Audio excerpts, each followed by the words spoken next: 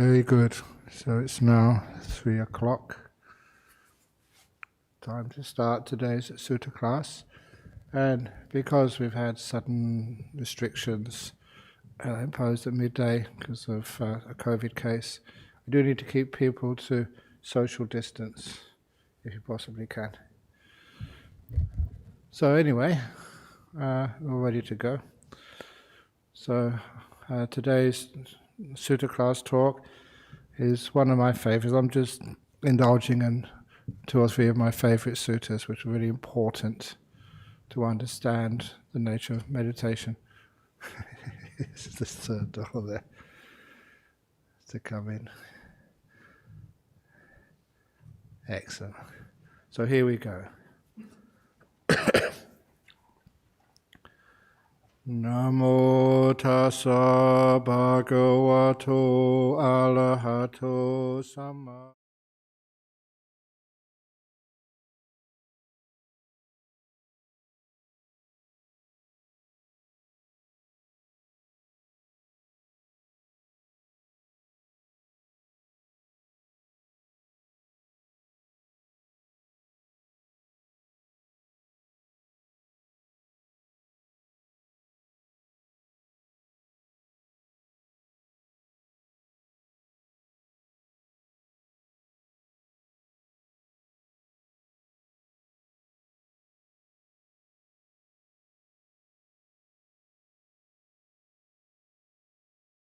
It's in the Majjhima Nikaya, the middle length sayings, Sutta number 128.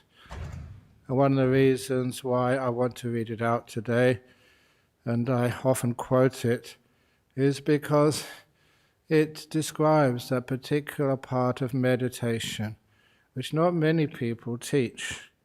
And sometimes even people say that it's not part of the Buddha's teachings. And that is the phenomena which I call nimittas, and which many other teachers call nimittas.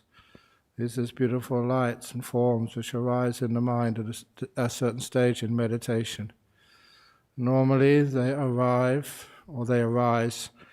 when the 5 senses are either abandoned temporarily, or just when the mind is so strong that the 5 senses are just overpowered by the strength of the mind.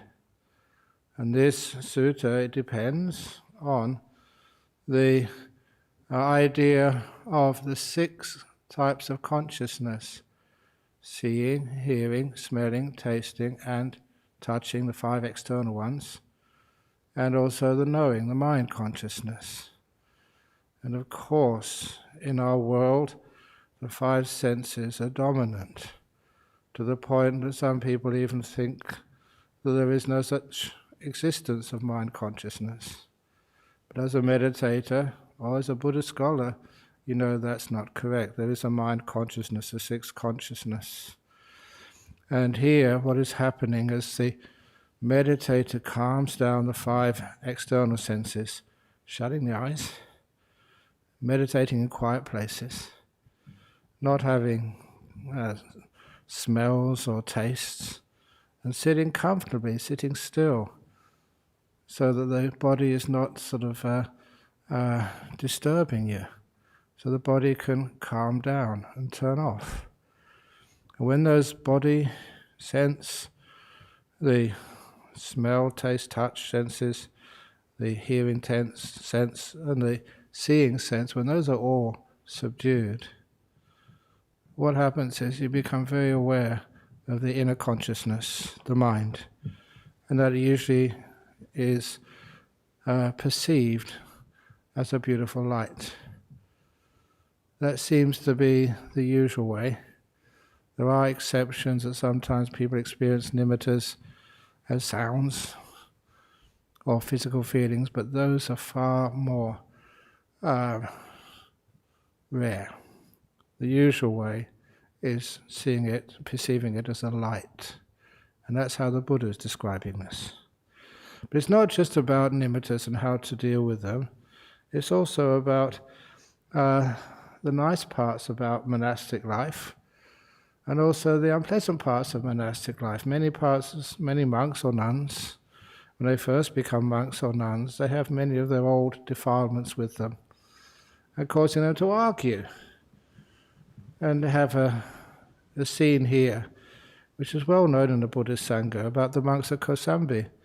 They started arguing, started on a little thing, and then became a big thing. And just how when you get angry, you just don't know what you're up to, what you're doing. And we see here that even one of the monks even said, no, Buddha, you just go and meditate, we'll sort this out. They were so disrespectful, even to their teacher, the Buddha. But then, when the Buddha left Kosambi, that he met some wonderful monks. And those monks would just show how monks are supposed to behave. And especially the final place where he went to see these three monks, my three heroes in the history of Buddhist monasticism, three male heroes, as Anuruddha, Kimbala and Nandiya. They're wonderful monks, and it's something which I often repeat to the monks I train as the best way to live together, and the results which they got from living together in that way. But also, as they started getting into the very deep meditations, some of the problems which they had, and just how those problems were overcome. And that becomes the heart of the Upakkilesa, Imperfections Sutta. So thus have I heard. On one occasion the Buddha was living at Kosambi in Gosita's park. Now on that occasion the monks at Kosambi had taken to quarrelling and brawling and were deep in disputes, stabbing each other with verbal daggers. Then a certain monk went to the Buddha, and after paying homage to him, he stood at one side and said, "Venerable Sir, the monks here at Kosambi have taken to quarrelling and brawling and are deep in disputes, stabbing each other with verbal daggers. It would be good, Venerable Sir, if the Buddha would go to those monks out of compassion." And the Buddha consented in silence. So even the monks were having a big argument.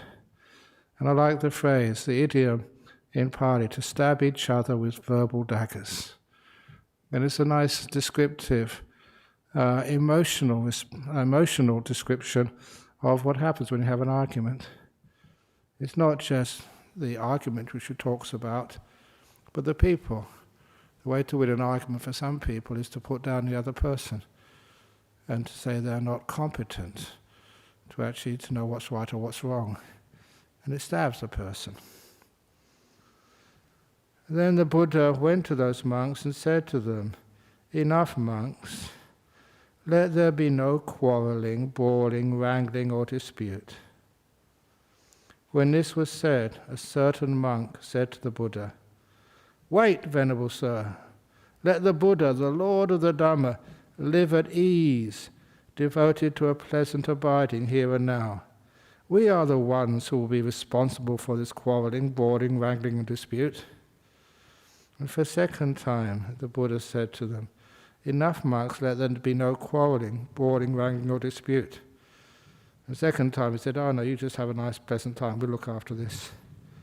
And for a third time, the Buddha said, "Enough, monks, let there be no quarrelling, brawling, wrangling, or dispute." And for a third time that monk said to the Buddha, "Wait, Venerable Sir. We are the ones who will be responsible for this quarrelling, brawling, wrangling, and dispute."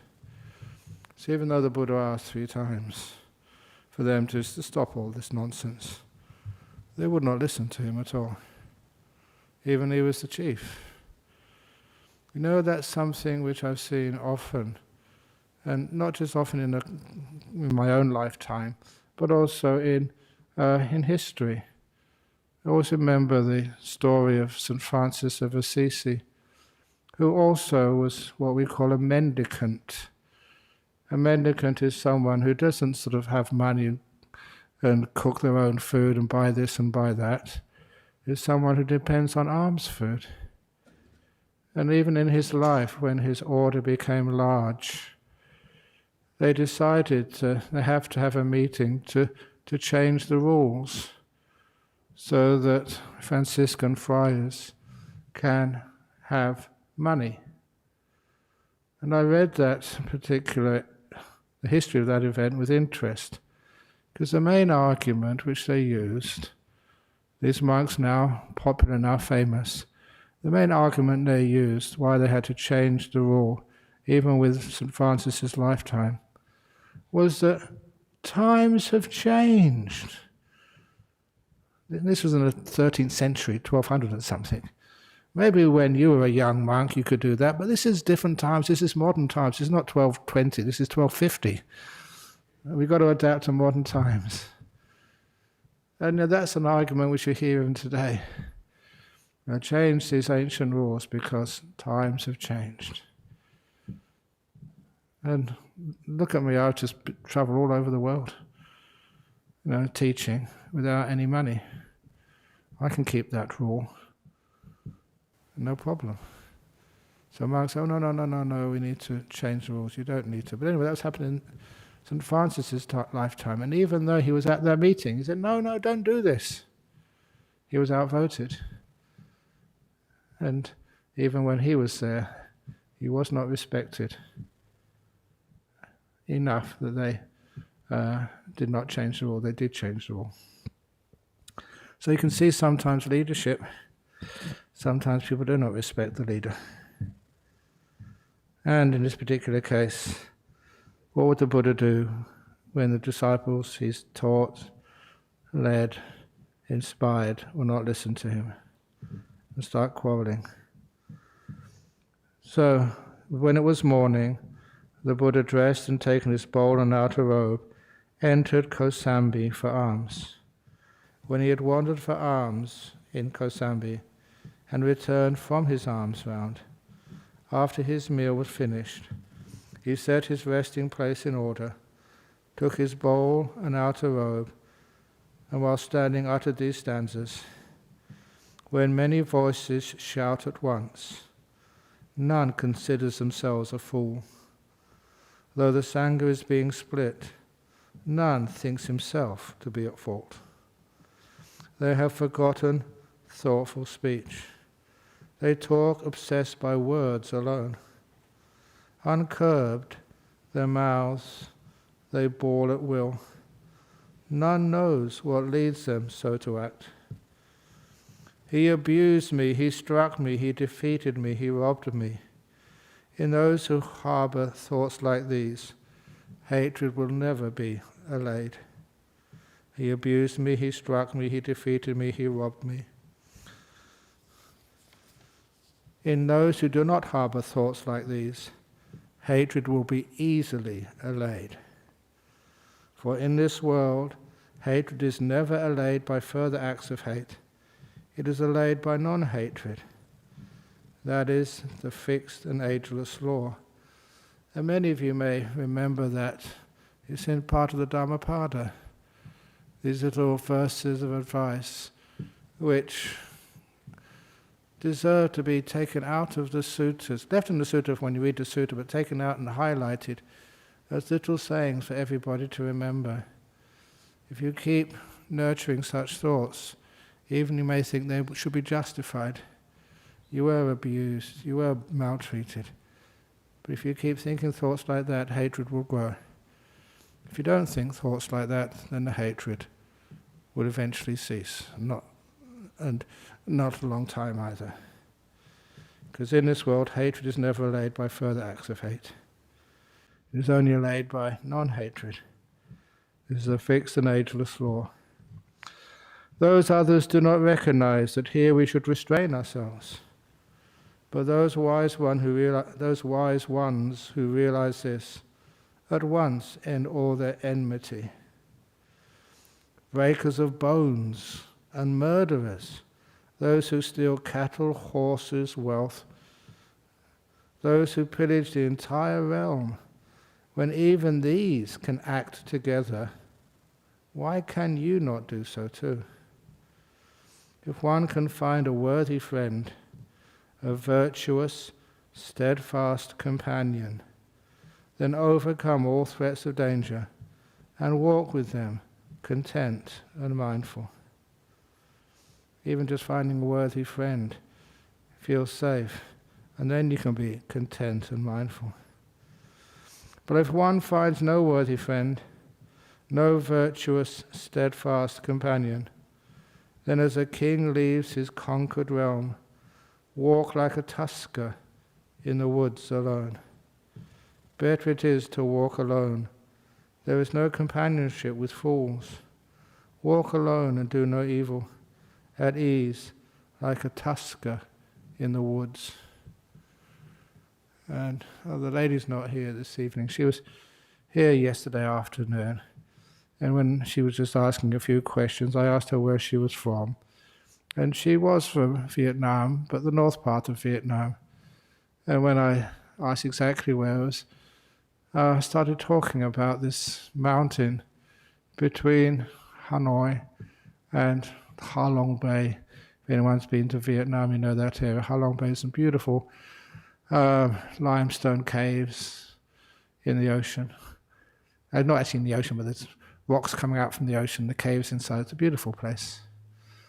But anyway, between Ha Long Bay and Hanoi, there was these mountains, and they were famous because it was a place where one of the kings, you couldn't call it Vietnam at the time, but that northern part of Vietnam, he was a king there, and he decided to retire, to abdicate, even though he was still young and healthy, and become a monk and live on top of this mountain.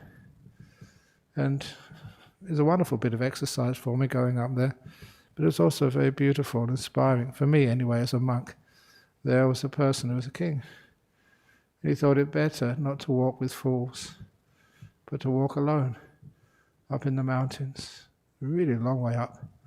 And he did that for the rest of his life, and apparently that gave a huge impetus to Buddhism in that part of the world.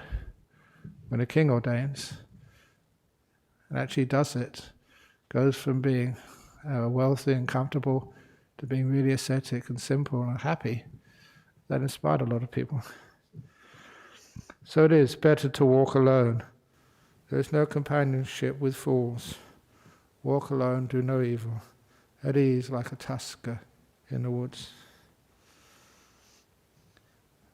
Now, is there any comments or questions about that so far? So that's the worst part of the sutta over, about monks arguing. But it also shows that eventually what to do sometimes. Just walk alone, if that's at all possible. Yeah?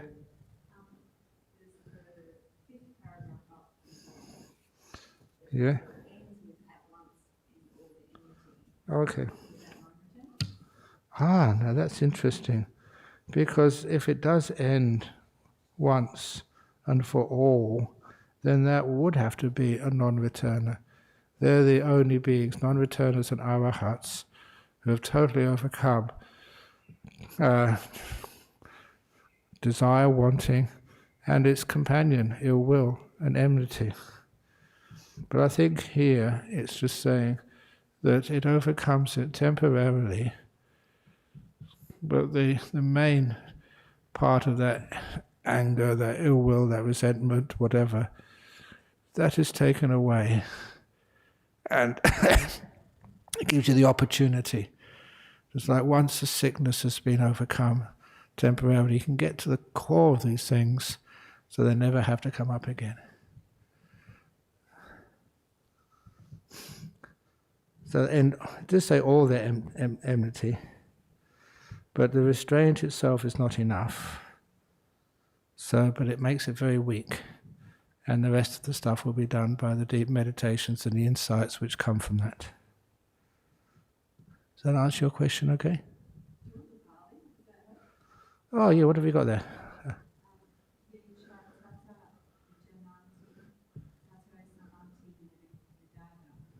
Oh yeah. That's okay. I understand from that. It's just, it suppresses it, that particular cause of anger disappears. Not all causes of anger.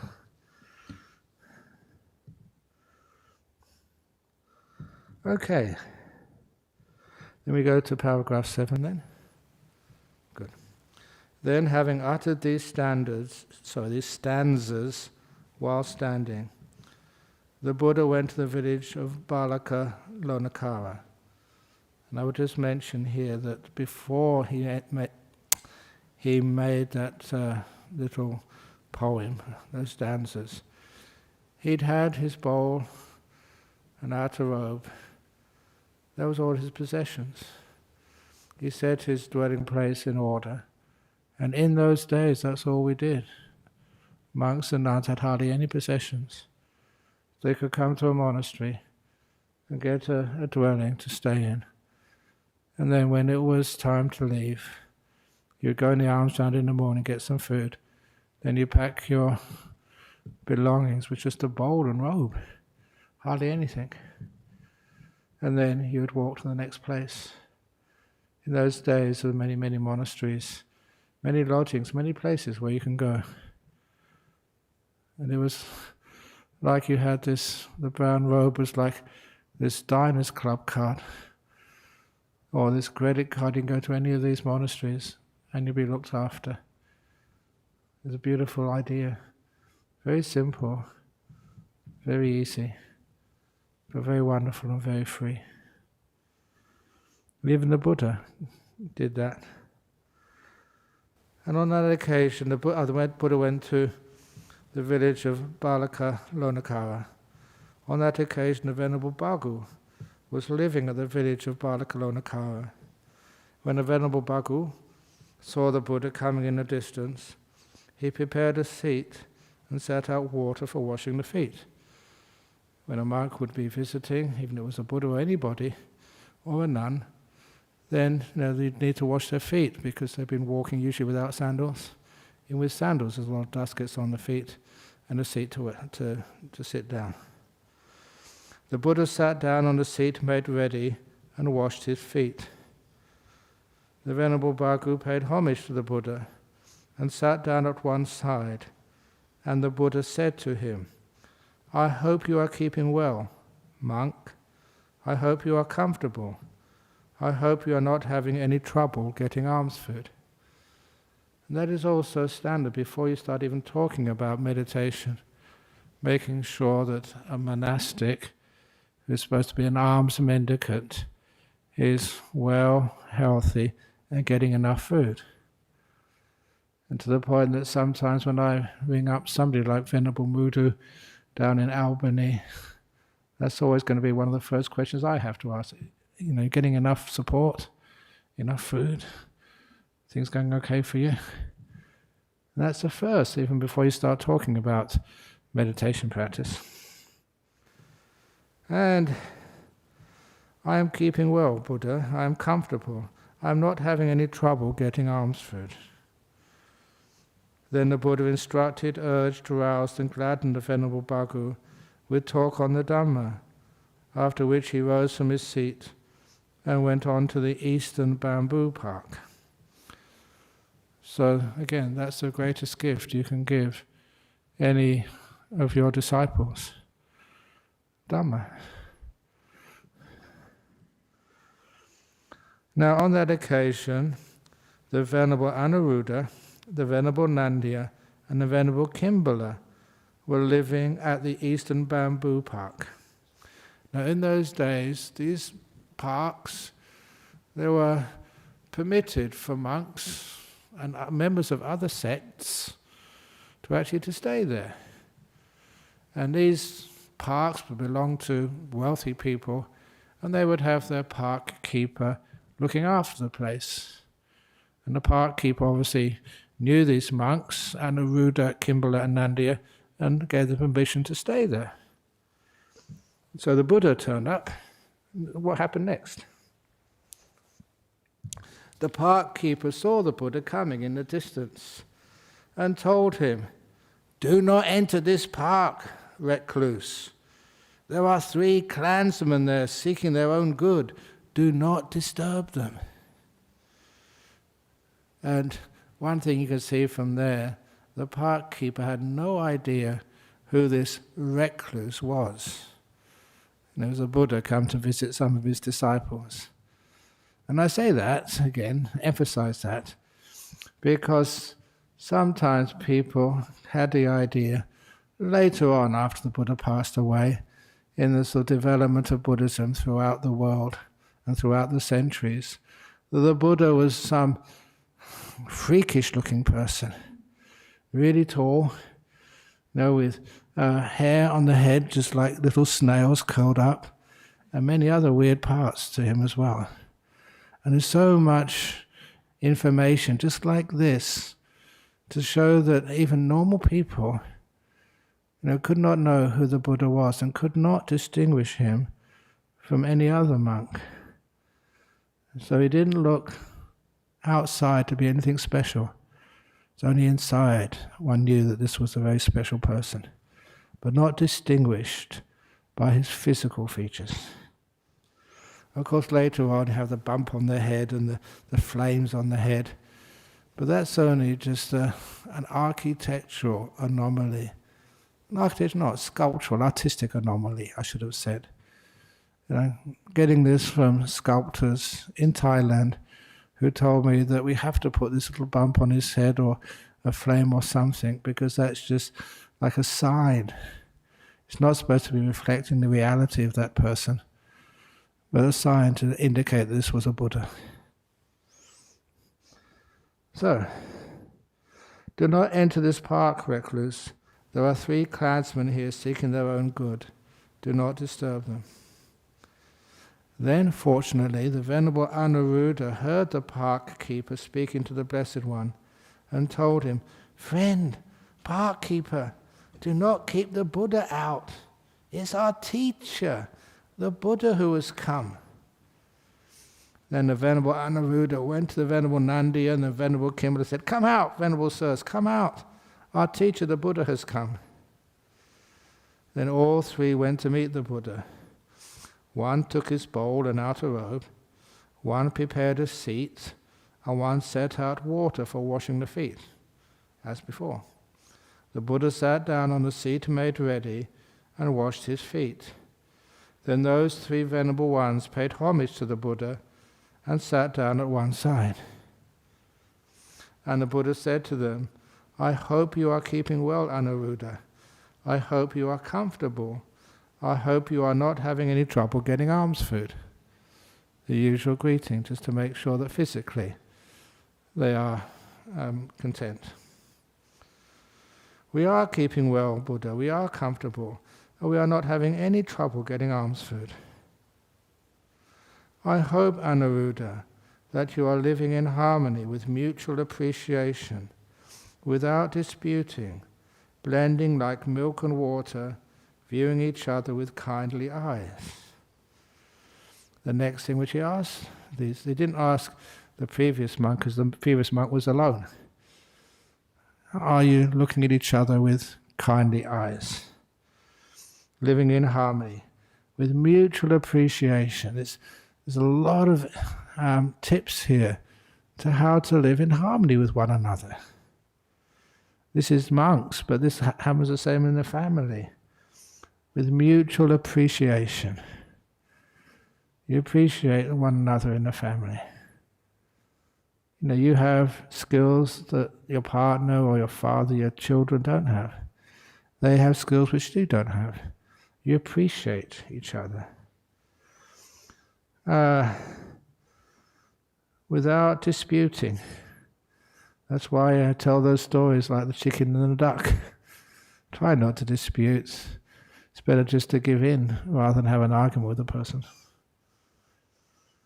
Blending like milk and water. Milk is not the same as water. Water is not the same as milk, but they can go together. And viewing each other with kindly eyes. That kindness is really important. And the Buddha asks this now, in my opinion, because having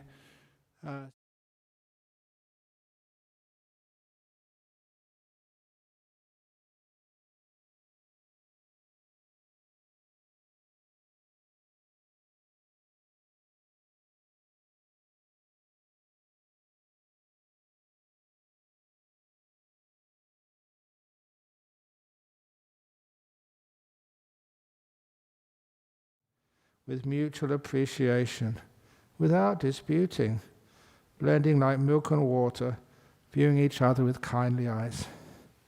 And the Buddha continues, but Anuruddha, how do you live like that? How do you live thus?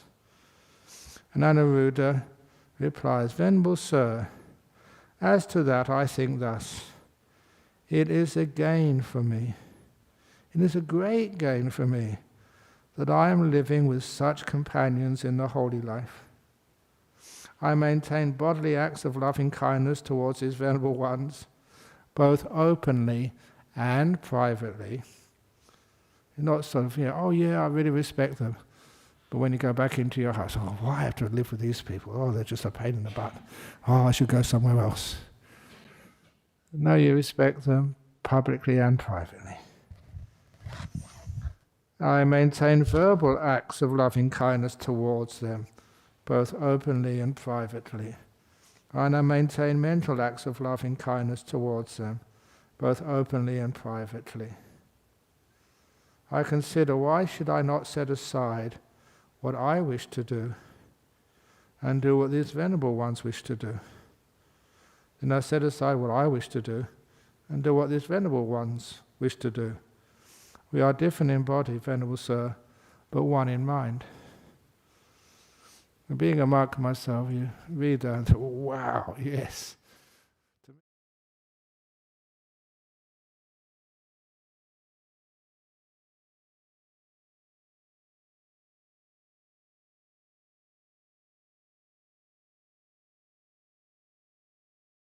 Nandya and the Venerable Kimbala each spoke likewise, adding, that is how, Venerable Sir, we are living in concord, with mutual appreciation, without disputing, blending like milk and water, viewing each other with kindly eyes. All starting from realizing it's a gain for you, it's wonderful. You have such companions in the holy life. And from there, maintaining bodily acts, verbal acts and mental acts of loving kindness, both openly and privately. The Venerable and then the 13. Good Anuruddha. I hope that you all abide diligent, ardent and resolute. And just a little aside here, for those people who learn Pali, you see here the Buddha always just says, good Anuruddha. Many of those verses, those Anuruddhas are plural. It's almost like good Anuruddhas. Because in Pali, when you have a group, in this case it's those three monks, Anuruddha, Kimbala and Nandya, the Buddha always addresses them as the first one. The head monk there. And that always means the other two who were there as well. Instead of saying, yes, Anuruddha, Kimbala, Nandya. Well, how do you feel, Anuruddha, Kimbala and Nandya? They would just say the first one. The reason I point that out, this is by the way, but it's an important point. In the Satipatthana Sutta, where the phrase comes that vivichewa, not vivichewa, it's vinaye loke abhija domanasang. And it's translated in so many different ways. The usual way, the historic way, which is not the correct way, was having overcome grief and covetousness for the world. That never meant anything to me until I read the suttas, especially the Anguttara Nikaya. I remember reading that in Pali from front to the end. And there, most of the 5 hindrances, an important part of Buddhism, first hindrances is very often called lokaya bija. Not the usual kama chanda, but lokaya bija. And in a couple of places the second hindrance is called domanassa. Just as in the Satipatthana. But only the first 2 of the 5 hindrances. But there in the commentaries, it pointed out, and you can see that this is not invented by the commentaries. This actually is describing how Pali was spoken in the time of the Buddha. It was a whole group of things like the 5 hindrances. Often the Buddha will only mention the first one or first two of that list, and that would imply all of the rest of that list. And that's exactly what both commentaries to the Satipatthana Sutta, the one in the Majjhima Nikaya and the one in the Digha Nikaya, all say the same thing. Said that those two things, vinaya loke abhijja dhammanasang, replies to suppressing the first two hindrances, and that means suppressing all the 5 hindrances as a prerequisite, first thing you do to practicing Satipatthana. And okay, that's one of the reasons why that for years I thought, is the Buddha just lying or deceiving when he says if you practice Satipatthana properly, even 7 days, you can get fully enlightened or a non-returner? And I think that was the one part which many people missed out. Not paying enough attention to the 5 hindrances before you really start doing Satipatthana. Anyway, this is not the Satipatthana Sutta, but the Upakkilesa Sutta. So, one in mind. Good. Good Anuruddha. I hope you are all abide diligent, ardent and resolute. What does that mean, diligent, ardent and resolute? Because you know sometimes they criticize.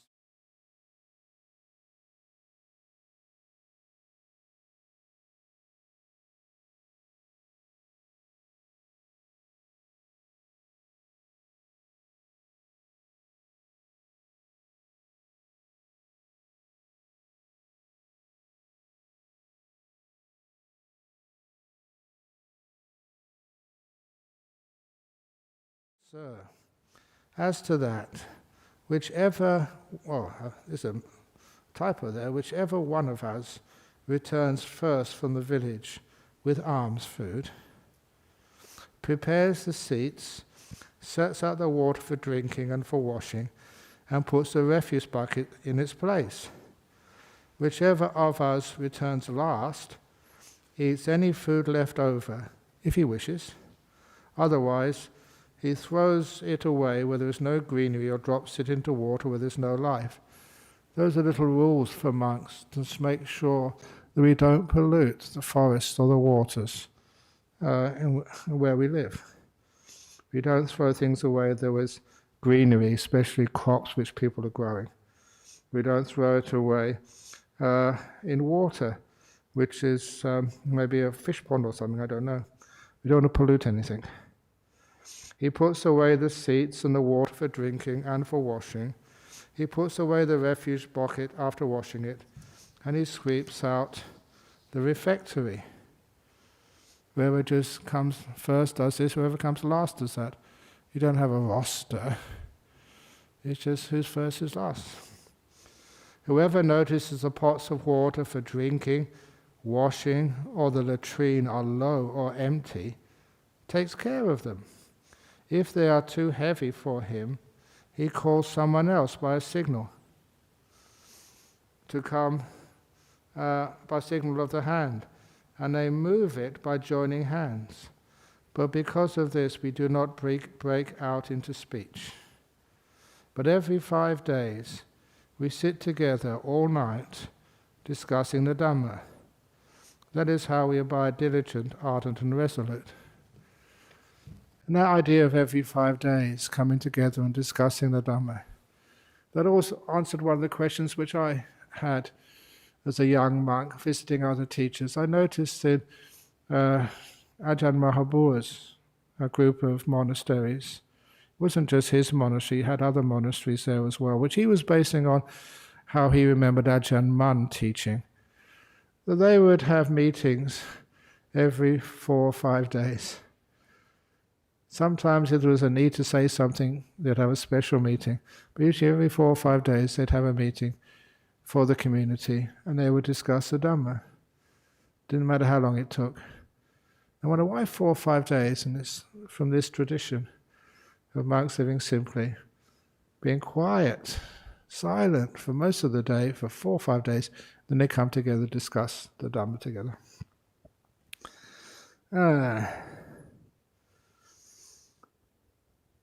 But after every 5 days we sit together all night discussing the Dhamma. That is how we abide diligent, ardent and resolute. And to me, when I first read that, and ever since I read that, I always feel that's the ideal monastery, the ideal monastic system. Just very simple. Kindness. Doesn't matter so who has to do what. Whoever gets there first, whoever it's more easy to do, does it. If you need help, then you don't ask someone else, please. And then you do it together. Very little speech, except for every 4 or 5 days discussing Dhamma. Good, Anuruddha. But why you abide thus diligent, ardent and resolute? Have you attained any superhuman state, a distinction in knowledge and vision worthy of the noble ones, a comfortable abiding? And these, of course, these are idioms, the superhuman states. It's called Uttari Manusa Dhamma. It refers to the jhanas, or the stages of enlightenment. This is above the normal of a human being. A distinction in knowledge and vision worthy of the noble ones. The noble ones are the enlightened ones. And a comfortable abiding. That's the other thing which I like. It's really comfort. It's bliss, it's happy. And so, the answer was, Venerable Sir, as we abide here diligent, ardent and resolute, we perceive both light and a vision of forms. Soon afterwards the light and the visions of forms disappear. We have not discovered a cause for that. So here we go into the technical part of this sutta. These are the nimittas they're describing.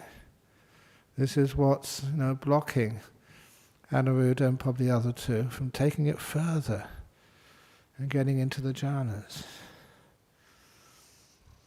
And say the vision of forms, it's the light nimitta. And so, after the light and the vision of forms. And this is why, in my experience, listen to other teachers as well, that most people do experience the light, first of all, as the main way you perceive nimittas.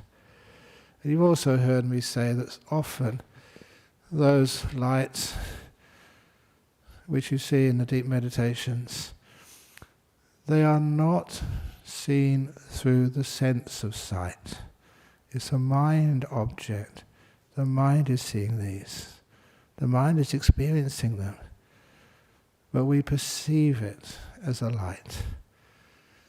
Mention that because that helps you not be afraid of them, especially when those lights get extremely strong. And I say that would happen to me and happen to others as well. Sometimes it gets to the point that that light is so incredibly bright, you think you're going to go blind. It's like looking at the sun at midday, only it's much brighter than the sun. I'm going to go blind. I wear glasses now, but that's nothing to do with seeing nimittas. It's just old age. But you're not seeing it with your optic nerve. This is seen through the mind. It can be as bright as it likes, as beautiful as it likes, but it's not harmful at all. Anyway, we'll come across a description of this in a moment. Okay, visions of form, we haven't discovered the cause of that. Now here I use the Pali word. That nimitta should be penetrated, comprehended, Anuruddha. I use the word nimitta because I think that one of the translations which was when it said that thing should be penetrated. Why not call it a nimitta? Because there's no other words in English to describe this accurately. And because that this is the one sutta which mentions nimittas at length, if you don't actually write the word nimitta, some people say they read the suttas, they read the translations of them. They say the Buddha never talked about nimittas. So I put it in here. This is what it says in the Pali. So this is much more accurate, that the Buddha did talk about nimittas, and this is the Nimitta Sutta. I must admit, that's one of the reasons why I read out this sutta this afternoon. The Buddha said that nimitta should be penetrated, comprehended. This Pali word, just like you can really get into it, you get into it so much you can understand it. That's what the Buddha meant. The word patiwijittabang is Pali word, and there's no real English word I found which really grasps the full meaning, so I put two words there. Penetrated, comprehended. Patiwijittabang. So, and okay, in Bhikkhu Bodhi's translation it said you should discover the cause for that. Yeah, but it doesn't give even the indication the word is nimitta there. Before my enlightenment, continues the Buddha, while I was still only an unenlightened bodhisattva, and this is another important point. I know this can sometimes cause a little bit of distress to people following Mahayana tradition, but every time in the suttas, you see the word bodhisattva is always preceded by the adjective unenlightened. Bodhisattvas are unenlightened. The Buddha was a bodhisattva, but he was enlightened when he was a bodhisattva. When I was still only an unenlightened bodhisattva, I too perceived both light and a vision of forms. Soon afterwards, the light and the vision of forms disappeared, and I thought, what is the cause and condition? Why the light and the vision of forms have disappeared? Then I considered thus, doubt arose in me, and because of the doubt, my stillness fell away. The samadhi, the meditation fell away. When my stillness fell away, the light and the vision of forms disappeared. Now, it's a nice way here, the samadhimhi chute. Chute is also the word for when heavenly beings, they don't die. They chute, they just disappear, they fall away. It's not like this is the use of language, it's a special word. And anyway, so when doubt arose in me, because of the doubt my stillness fell away, and the light and the vision of forms disappeared. I shall so act that doubt will not arise in me again. And I must say that to so many people, on retreats especially, when I have chance to listen to them on interview time, so many people have doubts about their nimittas. And people say, well, you have to have doubts, because otherwise you may be deceiving yourself. But after all these years of teaching jhanas, nimittas and stuff, after all those years, it's about 9 out of 10 people who say they experience nimittas do.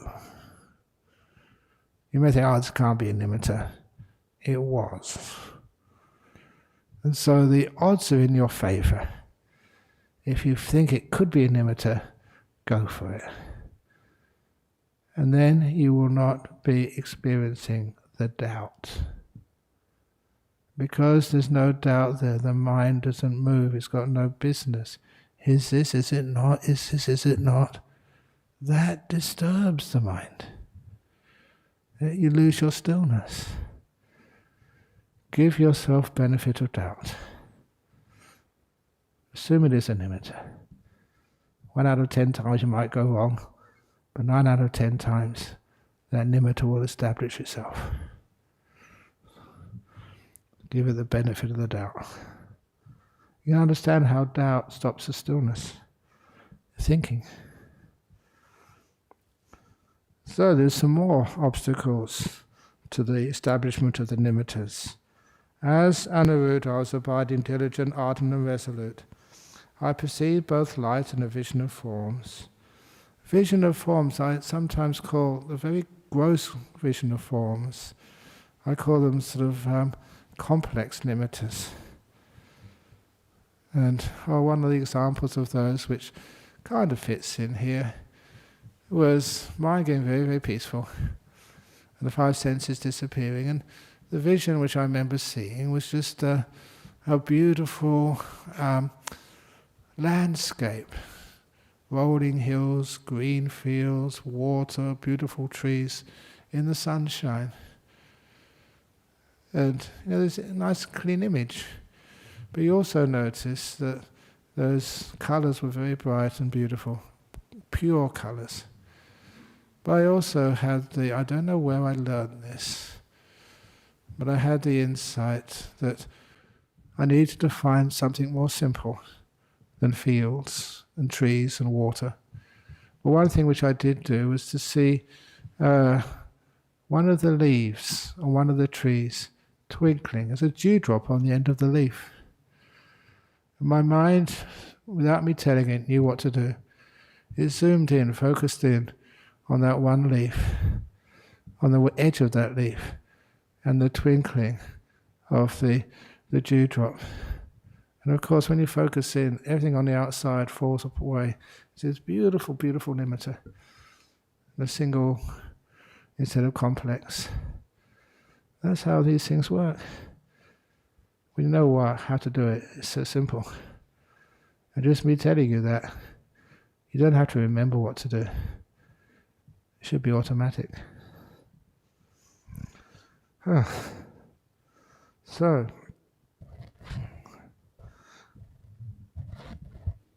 okay. So doubt was one of the first things which go away. And then afterwards, as I was abiding, diligent, ardent and resolute, I perceived both light and a vision of forms. Soon afterwards, the light and the vision of forms disappeared. I thought, what is the cause and condition why the light and the vision of forms have disappeared? And I considered thus, inattention arose in me. And because of inattention, my stillness fell away. When my stillness fell away, the light and the vision of forms disappeared. I shall so act that neither doubt nor inattention will arise in me again. Sometimes that people are taught, I don't know who does this, they teach that say, don't watch the nimitta, avoid it, it's dangerous. Bah! In some traditions they deliberately try to get you to not pay attention to it. And of course, if you deliberately take your attention away, nothing will happen. But if you allow your attention to stay there, that's what the mind wants to do. Maybe because I was rebellious. I wasn't actually that, more like a great teacher like Ajahn Brahm. Or maybe there's something else going on in my mind at the time.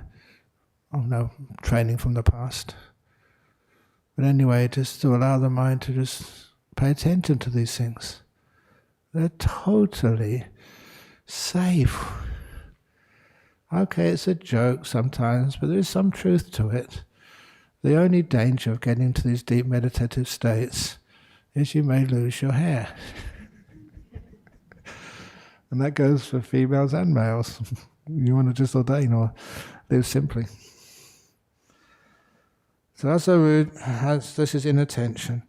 As Anaruddha, I was abiding diligent, I considered thus, sloth and torpor arose in me, and because of sloth and torpor my stillness fell away. When my stillness fell away, the light and the vision of form disappeared. I shall so act that neither doubt nor inattention nor sloth and torpor will arise in me again. And that's, in my own experience, that's a harder one to understand, because usually by the time you get into real nimittas, you get lots and lots of energy. But anyway, it may be referring to when you're just starting a meditation. The mind is not bright enough, not energized enough. And of course, there's not enough brightness and energy, or to put it another way, not enough happiness. The energy equals your happiness. That's a wonderful thing to say. But I often use the argument when you first get up in the morning, especially if you've got to go to work, people say, got to go to work today, it's Monday. And then they have a cup of coffee. Yeah, it's Monday, yeah, it's work, let's go off and do some work. Just a bit of energy, mental energy, can translate into happiness very easily. So the sloth and torpor there is also a bit of negativity in the mind. So I'll so act that neither doubt nor inattention nor sloth and torpor will arise in me again. As Anuruddha, I was abiding diligent, I considered thus.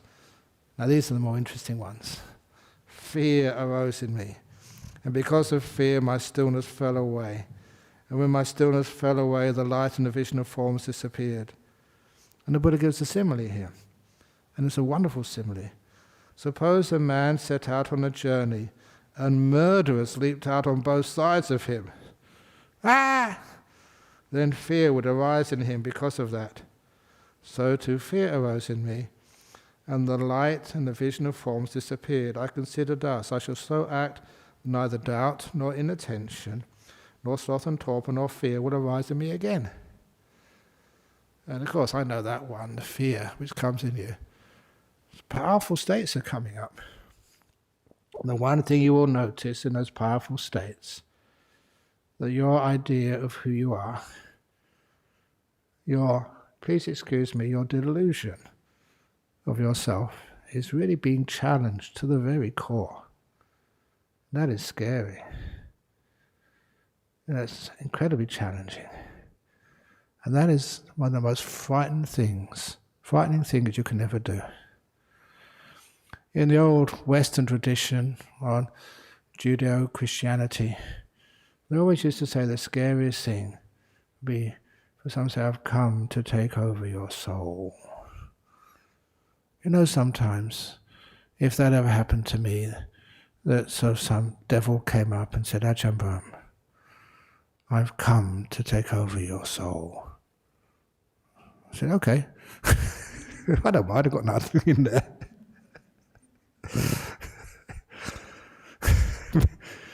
Because that is who you think you are. And that, your body can be taken away and killed or something, but you, inside, that's the most scariest thing, because that's your innermost possession. The one thing you're so attached to, your sense of self. So when that starts to fade and change and transform, different than what was before, that is very scary. Sometimes I wonder whether, like a caterpillar is really terrified when it becomes a butterfly. Ah, who am I? What am I? You can't really resist it. It happens. And it's much better, joyful. So this is where you get fear coming up. And you overcome that fear. One of the great ways of overcoming the fear, you don't get killed. It's like two people are coming out to destroy who you think you are. They can do that. There's nothing which they can hurt. Especially in those deep meditation states, you're so powerful, so blissed out. Though the bliss doesn't get less, but it gets more. So, as Anuruddha, I was abiding, this is number 20 now, paragraph 20. Abiding diligence, I considered thus, elation arose in me, and because of elation my stillness fell away. When my stillness fell away, the light and the vision of forms disappeared. Suppose a man seeking one entrance to a hidden treasure came all at once and upon 5 entrances to a hidden treasure. Then elation would arise in him because of that. So too elation arose in me, and the light and the vision of forms disappeared. I consider thus I shall so act that neither doubt nor inattention nor fear nor elation will arise in me again. And of course, many of you know the elation. What happens is, it's as it works. You see an imitator, yeah! It goes away. Stupid Ajahn Brahm, stupid Ajahn Brahm. Well, that's not a hard one to overcome. After a while, you get there. Why am I throwing away this beautiful bliss? And just by saying wow. The fear and the wow responses, that's just what destroys nimittas more than anything else, in my opinion anyway. So the elation, the wow response, keep that till later. You can wow as much as you like after you're enlightened. So the celebrations come afterwards. So, oh yeah. As I was abiding diligent, I considered thus inertia arose in me, and because of inertia my stillness fell away. When my stillness fell away, the light and the vision of forms disappeared. I shall so act that neither doubt nor inattention nor elation nor inertia would arise in me again. Just that inertia, it's a hard word to translate. I forget actually what the Pali word is now, but that is one of the obstacles. Sorry? Dutula, yeah, that's like it's bad heaviness, sluggishness of mind. And that sort of sluggishness of mind, that will go pretty easily, simply because after a while the sluggishness, you know there's something much more beautiful, and after a while they just say, let the mind go there, it's the mind wants to do it. Sometimes being inspired takes away your sluggishness. You hear a sutra like this and you want to go and meditate, yeah, let's do this. And the inertia just vanishes. And the opposite of inertia, which is like a bit of dullness, is excess of energy. As I was Anuruddha, I was abiding diligent, I considered thus excess of energy arose in me. And because of the excess of energy, my stillness fell away. When my stillness fell away, the light and the vision of forms disappeared. Suppose a man were to grip a quail, this tiny bird, tightly with both hands, it would die then and there. So too an excess of energy arose in me. The light and the vision of forms disappeared. I considered thus I should so act that neither doubt nor inattention nor any of these other things, inertia, excess of energy, will arise in me again. And of course you can understand one very easily. Sometimes you see a nimitta there, it starts to develop, you hold it too tightly. Remember that old simile of how do I keep the water perfectly still? You put it down and let it go. But sometimes you feel like you're holding it. I cannot move. You hold it tighter and tighter and tighter and you kill it. How to learn how to let go and trust in the process. So the excess of energy is not there anymore. And a deficiency of energy arose in me, and because of deficiency of energy, my stillness fell away. When my stillness fell away, the light and the vision of forms disappeared. Suppose a man were to grip a quail too loosely, and the quail would fly out of its hands. So too a deficiency of energy arose in me. And then the light and vision of forms disappeared. I considered thus I should so act that neither doubt nor inattention nor excess of energy nor deficiency of energy will arise in me again. Sometimes that wonderful simile of Ajahn Brahm, the still forest pool, you learn how to watch those animals in the evening sitting in his mosquito net at night time in his jungles, and the animals would come out at night. Usually the head of the pack would come out, could not see, but could hear, could smell. And if the animals would hear that Ajahn Brahm was there, if he moved, then they'd know there was a human being there. And however afraid you would be of, say, seeing a tiger in the wild, the tiger is more afraid of seeing a human being in the wild. Many more tigers are being killed by humans than humans by tigers. So that's why they're so afraid. So little by little, they learn how to, little by little, we learn how to have this, neither too much energy nor too deficient of energy, and keep really still. As Anuruddha was abiding diligent, I considered thus, longing arose in me. And because of that longing, my stillness fell away. When my stillness fell away, the light and the vision of forms disappears.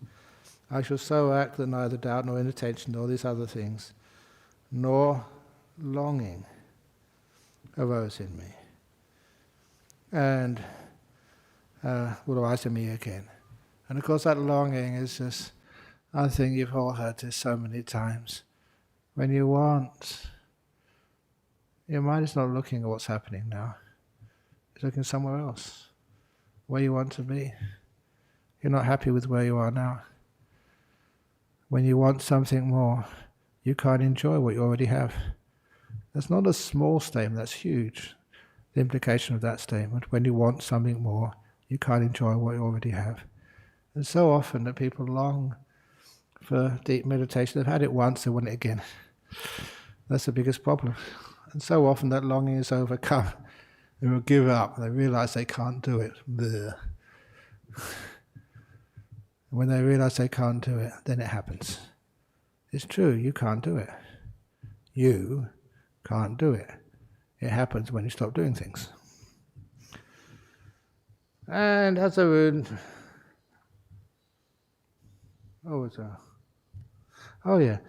As I was abiding diligent, I considered thus perception of diversity arose in me.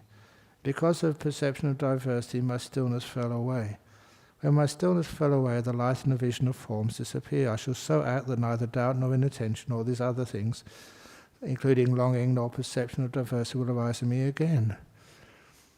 You know, when I first heard of nimittas, I was actually asked to find the shape of the nimitta, whether it was circular or oval, and whether the edges of the nimitta were clear or they just melded slowly into the surroundings. But even that diversity of two things I found to be really disturbing. Little by little, you go into the simple nimittas, of simple lights, always say like the moon, but you don't actually see the edges of the moon, you just focus in on it. It's not something you decide, it's something which happens quite naturally, until there's no edges to the nimittas. There's no diversity, there's no two left. There's only this one, this beautiful light you see.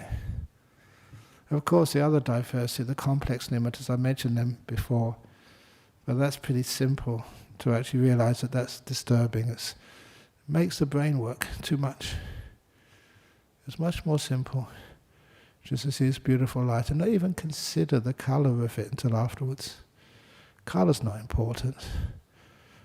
What is important is the beauty of it, the simplicity, the oneness of it, in the sense that you're not seeing any diversity at all. Okay, and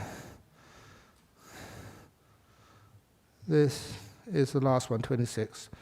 As an Anuruddha was abiding diligent, I considered thus excessive meditation upon forms arose in me, and because of excessive meditation upon forms, my stillness fell away. When my stillness fell away, the light and the vision of forms disappeared. I shall so act that neither doubt nor inattention nor perception of diversity nor excessive meditation upon forms will arise in me again. In other words, circular, ovular, whatever. Even that, you just go right in silence. There's a single light, single experience. Don't know if it's long or short or fat or anything. Just keep it as simple as possible. So anyway, when Anuruddha, I understood that doubt is an imperfection of the mind, I abandoned doubt.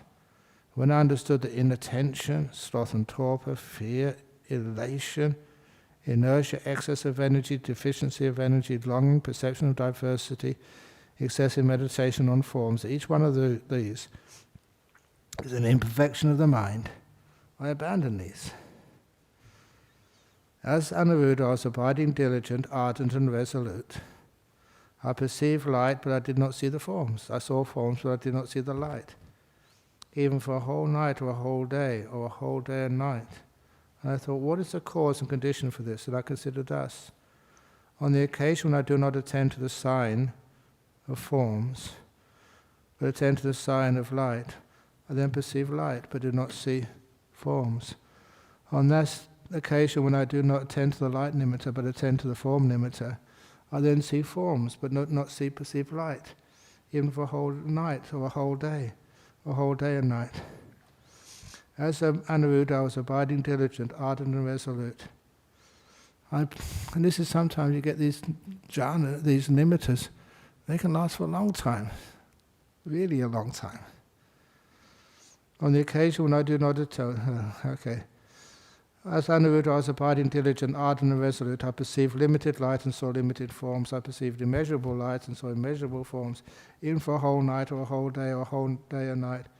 I thought, what is the cause and condition for this? And I considered thus, on the occasion when stillness is limited, my vision is limited.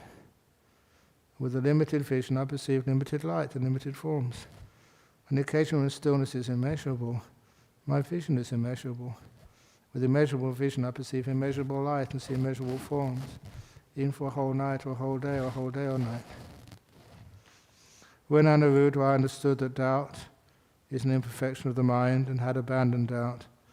When I understood that inattention is an imperfection of the mind and had abandoned inattention, abandoned sloth and torpor, abandoned fear, abandoned elation, abandoned inertia, abandoned excess of energy, abandoned deficiency of energy, abandoned longing, abandoned perception of diversity, abandoned excessive meditation upon forms and imperfection of the mind. Then I thought, I have abandoned these imperfections of the mind. Let me now develop stillness in 3 ways. And the stillness of 3 ways is the word of the Buddha there, but what it really means is the 4 jhanas, or really the 5 jhanas, because there's a few places in the suttas where the Buddha puts another jhana between the first and the second. And this is all using the categories of vitakka vichara, which please do not mean thought, initial thought and applied thought. That's absolutely ridiculous. And people who say that haven't got close to jhana yet. The vitakka vichara in some contexts means that, but doesn't always mean that in other contexts. Words have many different meanings. Even like, what's a nice word like cold has very different meanings. You know, we have, you come here cold. Doesn't mean you're freezing, it means you didn't do any reading beforehand. Words have different meanings, and so you can't apply the same meanings to all the time. But vitakka vichara in the jhanas do not mean thinking. It's always, in this case, too peaceful, too calm to have a thought. It is just the movement of the mind. Movement of the mind which goes on to the object and then holds the object. And for the first jhana, both are there. You're blissing out. Really peaceful, 5 senses gone. They're not perceptible to you. And you're just watching the bliss, what the Buddha called vivekaja piti sukha, the bliss born of being free of the 5 senses. Still, really not moving much at all, except that because you're holding on to that bliss. The last tiny bit of attachment and grasping and holding.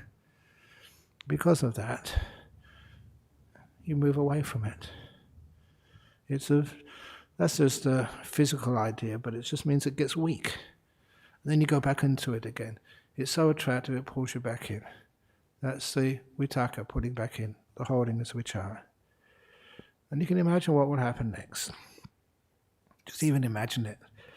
That after a while, you're holding it much lighter. You're still holding. But it's so subtle, so light, that it doesn't disturb the image. So you don't move away from it anymore. You're holding it slightly, but it doesn't disturb it. That's why you still have the vichara, but that vitakka's gone. And then you let go enough. You don't need to hold on to anything. The subverbal tightness onto the experience is gone, and that becomes no vitakka, no vichara. That's the second jhana. Most times that, you recall, personally I would say the first jhana, the second jhana, the 1.5 jhana just counts as second jhana in my view, but I can't argue with the Buddha. But those are the 3 types of meditation. You're saying here with vitakka vichara, with vichara no vitakka, and then with neither. So that's just an interesting what the Buddha says here. Thereupon, Anuruddha, I developed the first jhana with vitakka and vichara. I developed the stillness between the first and second jhana without vitaka but with vichara, and develop stillness with rapture. The second jhana without rapture and accompanied by enjoyment and accompanied by equanimity. The fourth jhana. And those last three, the second, third and fourth jhana, all without vitaka vichara. Just different way of categorizing things. And the Buddha often does that. He categorizes things in different ways, which shows that just 1, 2, 3, 4, that's not so important. Which one are you in, 1, 2, 3, 4? You can say, have you got vitaka vichara in your jhanas? You only say that afterwards. You just want to get more still. Different types of bliss. That's enough.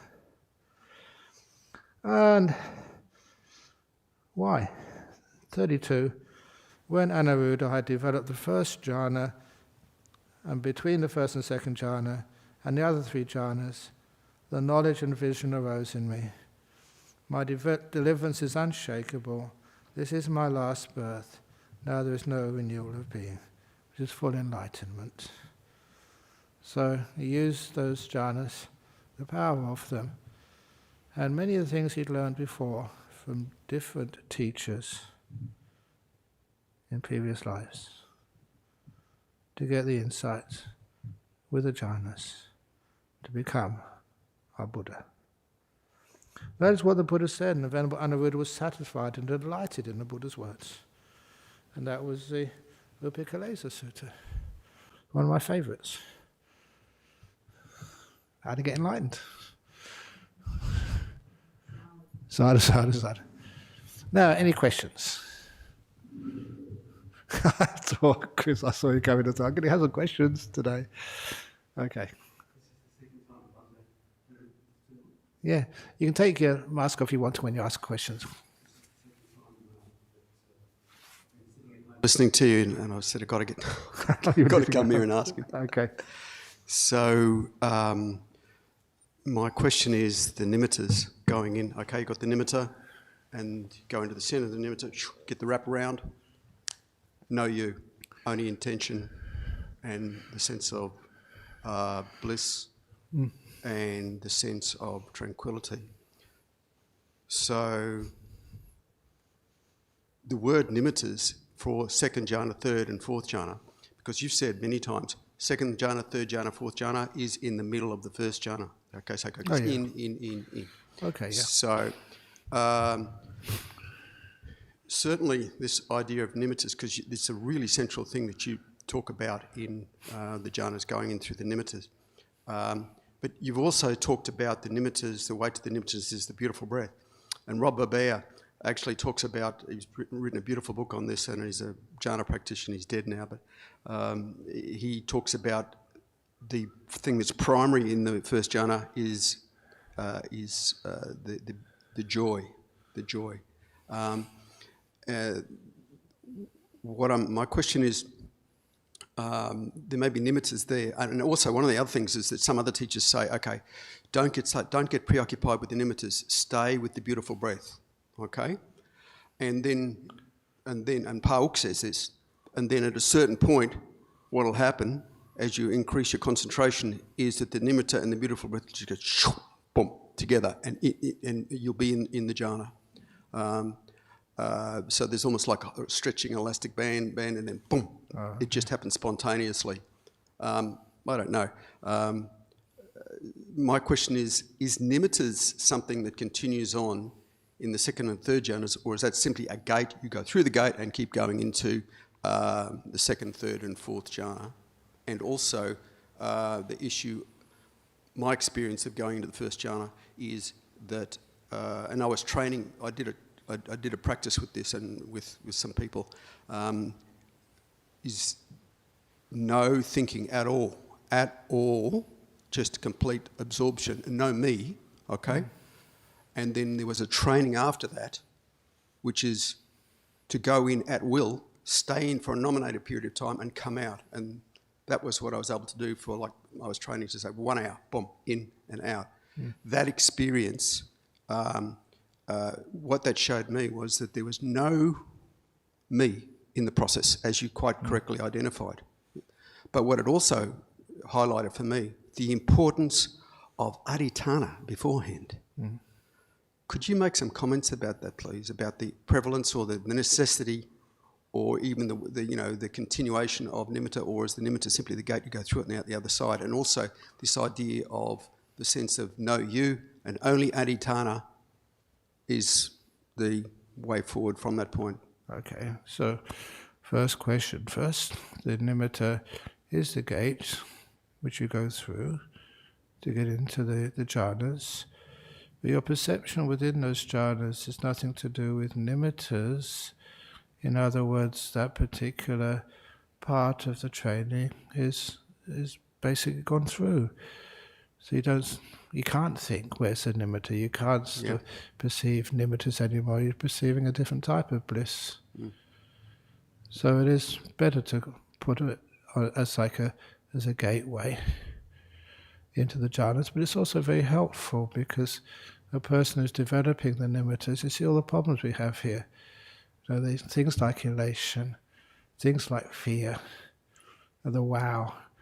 That people feel they're achieving something in life. Yay, at last. Yeah. And that destroys things. Or the fear that you're actually getting somewhere in your spiritual life, but it's scary stuff. Oh, maybe I get enlightened next life. Or maybe sort of, a little bit, 5 or 10 years, I'm a bit too young to get enlightened or something. Silly things to think of. But nevertheless, that fear will come up. So the nimittas actually help here. A nice slower path. A slower path, that's not the right word, but a more careful path into the jhanas. You know these nimittas, you know how they work. They're also a lot of fun. Yeah, so the happiness in the second jhana just... Oh, yeah, but the jhanas are way, way, way better than that. But anyway, that's the gateway in.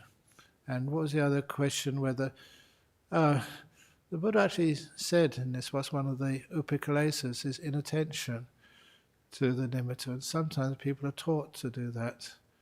They're taught not to pay any attention to the nimitta. And sometimes you think, oh yeah, I'm just going to stay with the...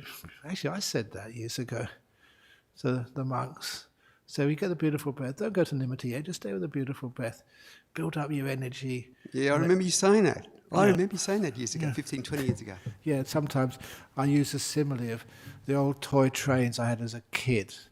And sometimes you'd run them on the floor and build up the energy, and then you let them go. And then they go right into the jhanas and stuff. That was just a simile to try and do that. But I don't know.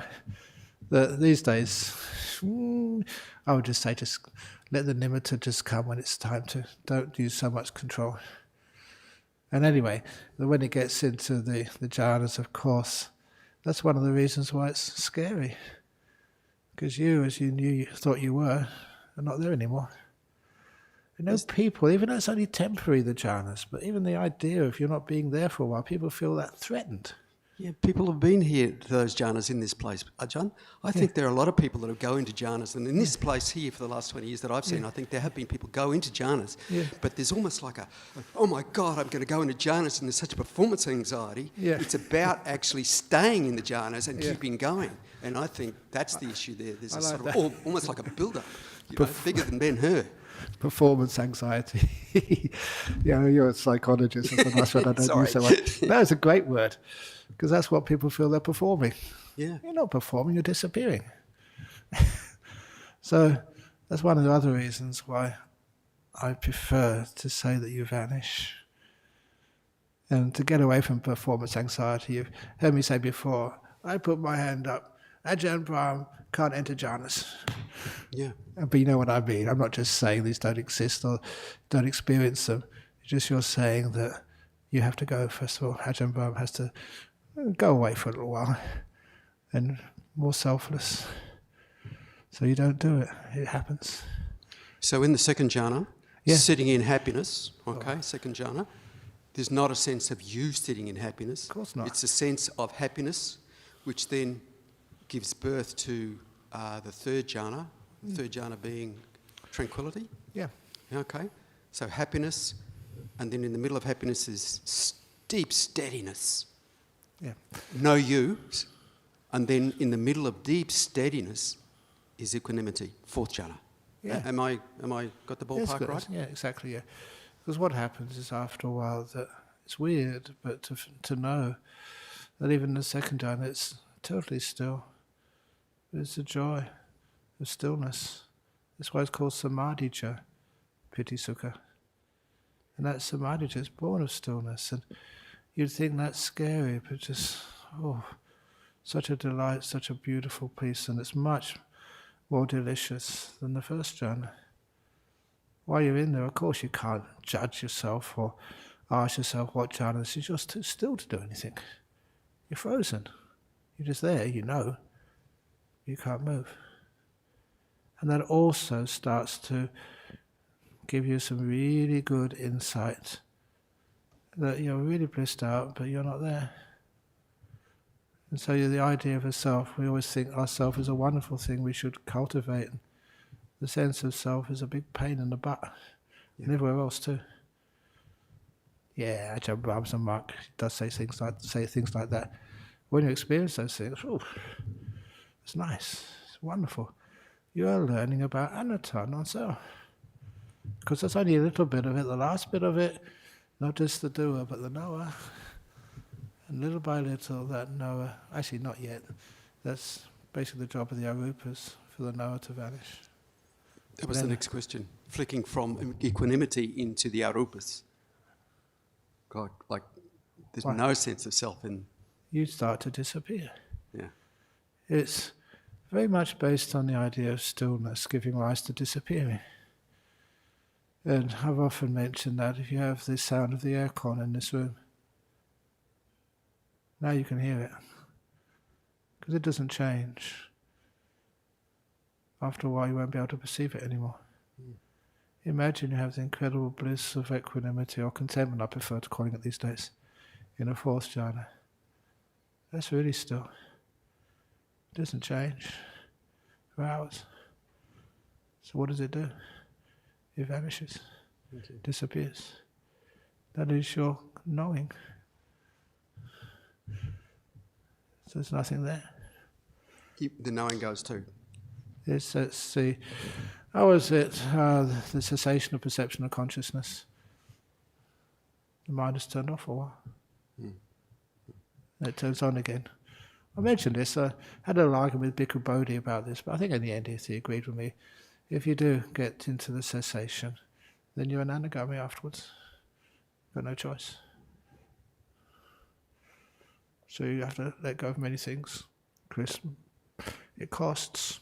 No, it does. And it really changes, even as you go into these states regularly. Yeah, but if you it's do just regularly, impossible to actually keep your same lifestyle the same as it is. There's a movement towards the life of the holy life. Yep. I think it's a gradational thing. Exactly. You can't resist it. Bhante, I've heard you talk about jhanas for the last 20, 25 years. How come I've never really heard you talk much about mastery? I'm going to go in and go out and in and out and in first jhana, second. I've never heard you talk much about that. It's all about getting through the first gate and then you're on your own from there. Because one of the reasons, the idea of mastery is all about a sense of self.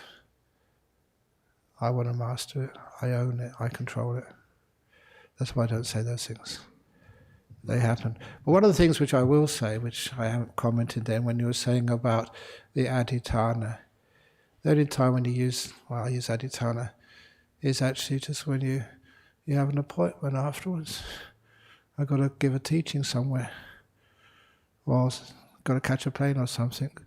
So you've got some really strong mind states, and it's very likely that the jhana will happen. So what you do is you say, I have to come out at a certain time. That's where I do the adhitthana. I have to come out at 4 o'clock or 4:30 or whatever. And you play around with that, and it always works. So that business of going first jhana, second jhana, third jhana, fourth jhana, back to, Paul would talk about that sort of stuff and teach it, and people can do that. Yeah. But is that a sense of self actually creeping into the whole thing? It can be. But anyway, usually what happens, I prefer the natural process. You just go in and see what happens. See how deep it comes.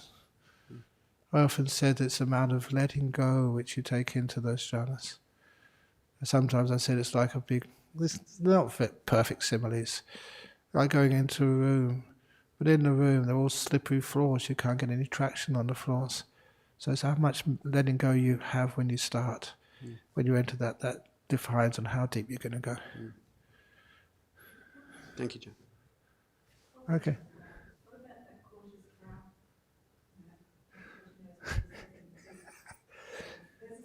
Yeah, I remember that, yes. You do. To really know the first jhana, first of all, but exceed to actually to have understanding what that first jhana is.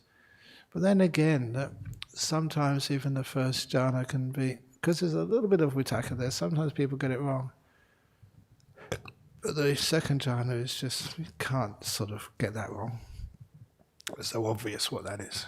When you're in there, I mean, just after you've come out, you know that, well, that's very amazing, because there's no possibility to do anything. You're frozen. Yeah. But anyway, just if we get into that second jhana, why not? Then, I think from the second jhana, then you know what the first jhana is. It's like, you're above and you're looking over the whole area. Then you can really understand what the first jhana is.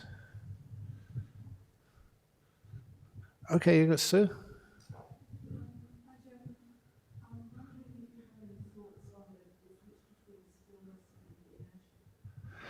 Oh, yeah. I think inertia, I mean, it's the. Thank you for telling me the Pali word, dutula. Du means always like bad. It gives it the unhelpful. But the tula is like the heaviness of it. And it's not like so much stillness, but just, it's.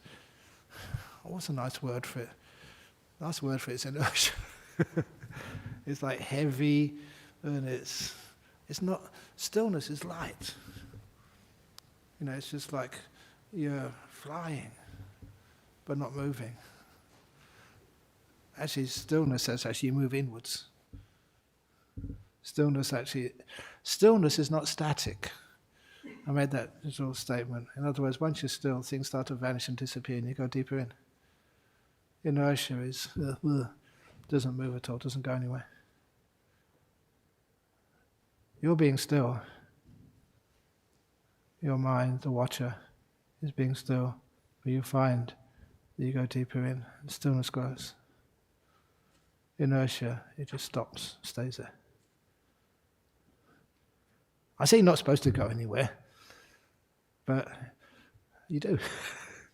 You don't do it. You don't do the driving of the car. Is that any help at all?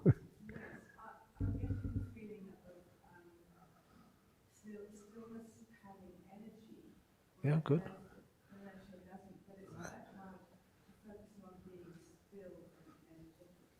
Oh yeah, the energy will come by itself. You don't have to create energy.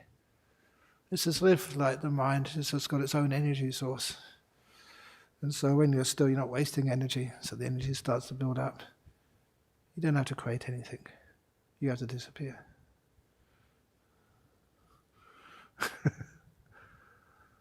Okay, yes, another question. And then, yeah, we got a question?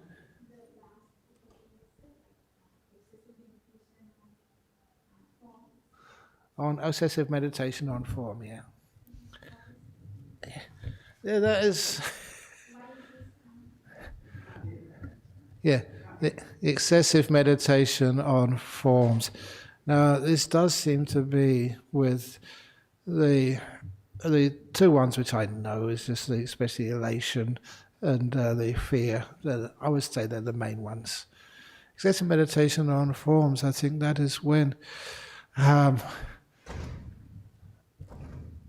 especially that I was mentioning that on the type of nimitta, because I remember doing that. Is it a round nimitta? Is it just what the edge is like? We're just wasting so much time on just the form of the nimitta. Not the brightness of it, not the light of it, but just what it looks like. Is it a moon, or is it a sun, or is it a square, or a triangle, or an eye, or something? So you don't have to worry about that. In fact, you don't worry about anything. So you just allow the light to be very bright and beautiful. don't know if that gives a good or not. There are some questions from overseas. We'll take a couple, but then I have to go soon. Yeah? Okay, be quick. Go on. Those people who have fireworks when they do deep meditation, yeah. okay, and have all these sorts of things and shaking and all those sorts of reactions, yeah. okay? Oftentimes that's a sign. I'm saying this for the record because this goes on YouTube. That's a sign oftentimes that there has been an energization through normal meditation with the people oftentimes who have a history, either realised or unrealised, of trauma. Oh, yeah. And those people oftentimes can get into bad spaces. And generally speaking, if you go along and see a meditation teacher, with maybe the exception of yourself, people get really that the meditation teachers don't understand that there's a background of trauma that comes in. It's been stimulated by the meditation. There's a place called Chitta House where there are professionals. It's accessed on the internet, and these people are the health professionals who have got a deep training in meditation and the issues around what we're talking about today. Okay. You can marry the two of those things together. Just want to put that in for the record. Okay, excellent, thank you. Some from overseas quickly. And where's Prem gone? He's gone off, okay, it's supposed to be... Here we go. Indonesia, oh good, only 4. Dear Ajahn, there's homeless around my residence. I try to give food as best I can, but if they can only just be meditation questions next time. But when once I have some urgent matter I can't give him, we swear and shout dirty words from a distance. How should I respond in future? Please just keep on giving whenever you can. And just don't hear the bad words. In other words, that sometimes people, because they're homeless, they're desperate or whatever, and they can respond to you in all sorts of ways. Still remember this one fellow, he was a meditator in Dhammaloka, also an artist. And he said that when he was working in an art college somewhere here in Perth, one of his co-workers there, just early in the morning, he said good morning to him, and the co-worker punched him in the nose. And these days, you get workplace harassment for that. But then later on, when they met 4 or 5 years later, different jobs, said, oh yeah, I remember you, we were just great friends in the old art college we worked in. People's perceptions of what they're doing are not the same as your perceptions of what you're receiving. So he swears and shouts dirty words from a distance. But what he really means, he's a bit frustrated. But if you look after him and care for him, I'm sure that behind all of those bad words is some beautiful feelings towards you. So I would still keep on giving him stuff. And when he says bad things, it's not about you, it's about his own problems. From Mukund Rajagopalang. Over the years, I found it easy to stay mindful in obviously intense circumstances, for example, angry people. What techniques can we use to be consistently mindful in regular daily interactions? Is just associating with mindful people, with kind people, doing things like listening to talks like this. It reminds you, it's what you associate with, what you allow yourself to be conditioned with. Actually, it can change you. But later on, you can become independent and have some beautiful kindness, because it's obvious. Why do you keep on breathing all your life? Because it's really necessary and good for you. You realize that. Petra from Germany, Ajahn, disciple of Ayakema. She explained the jhanas with feelings, not with nimittas. Is this also okay for practicing me? I am doing so, thanks for the answer. Yeah, it's okay to do that, but sometimes when Ayakema, she came and gave a talk at Bodhinyana Monastery years ago. I always remember that with a lot of fun, because it was many years ago when nuns were not treated with any equity at all. So I said, can you give a talk tonight? Because many of the monks, they've listened to me so often. I said, oh yeah, okay, I'll give a talk. And so she gave a talk and I listened to it as well. And afterwards, she apologized to me. She said, I'm sorry for talking about jhanas. I know you guys don't practice jhanas. And what are you talking about? I talk about that all the time. Really? But one of the things which I did notice, I would probably say But I know this is only just an idea, because I haven't really spoken to her in depth about the jhanas ever since that time. I think maybe what she says as fourth jhana sounds to me like the first jhana. In other words, that the earlier, what she calls jhanas, is not really jhanas. And I say that, one example of that, there was this one gentleman years ago on a retreat which Ajahn Brahm was teaching many, many years ago. And I just was talking to him after the retreat. So how did the retreat go? He said, it was terrible. So why? He said, I could only get into the second jhana, I couldn't get into the third. And basically that just is incomprehensible to me. Even sort of experience of first jhana blows you away. Gives so much happiness. Only a weekend retreat. They'll give you much bliss for days.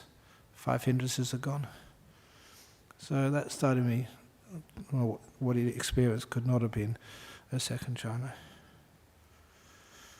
And from Singapore, Yongji Ann from Singapore, Bhante, I have comments that the ideas of nimittas from Visuddhimagga and Brahmanical tradition. Is that so? It's obviously not so, because this is a sutta, Upakkilesa Sutta, number 128 of the Majjhima Nikaya, taught by the Buddha. It's part of Buddhism, it's not part of commentaries. It's part of the suttas. Okay, I know that I just saw that Prem has arrived. I don't just go back to the monastery now. I have another gig this evening. Yeah, I've got to learn. You're a psychologist. Can you give me some trainings? Or not on charm therapy, but the opposite. Turn people away therapy. No, I can't do that. I'm very happy to help. Okay, so now pay respects to the Buddha, Dhamma and Sangha, and then we can either go home or go to the next gig.